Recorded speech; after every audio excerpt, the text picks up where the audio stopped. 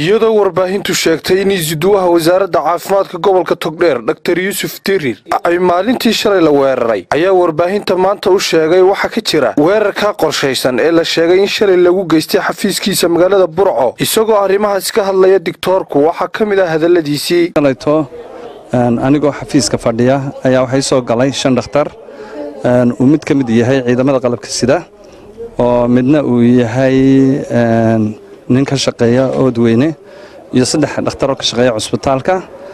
dabeetana hadal hadidaad iyo hanjabaad ay ugu bilaabeen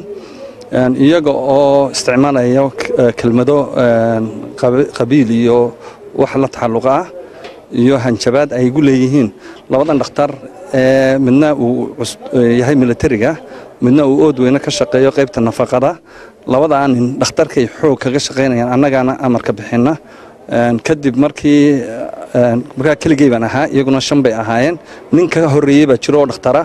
oo intuu ii soo galay intuu islaamay dib u noqday kadib markuu kaas ka baxay bay 5tan ma soo galeen meesha nimankii markay hadalkii aan idhi war waxana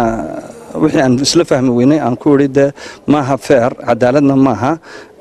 dhakhtarradan meelaha kale ka shaqeeya inay xoog kaga shaqeeyaan meesha nidaam bay leedahay dawlad baa jirta qabyaaladina wax shaqeynaya maaha kadib ayaa mid kamid ah dhakhtarradii ayaa nabar igu soo tuuray dagaalkii uu bilaabay markuu sida in yar ka horna waxa soo galay maamulaha xafiiska wasaaradda caafimaadka ayaa soo galay adigu 2-3 mirir ka hor dabeetana dagaal bay halkii ka bilaabeen kuraasadii way tuurtuureen anigu waan tagay waxaan qabtay gudida nabadgelyada u tagay waxa la igu yiri warqad soo qor oo police-ka taliyaha police-ka igu yiri warqad soo qor anaga nagu hadlay arintaas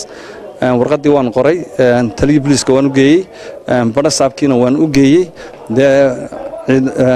qoliyaha amniga qaabilsan ayaan ka warsugayaa iminka waxay dhahaan ilaa iminkana cidi ima yeedhin oo waxa ka dambeeyay in ka badan 24 saacadood inkastoo taliyaha police-ku ila soo hadlay oo uu igu yiri CID-dan u wareejinay arinta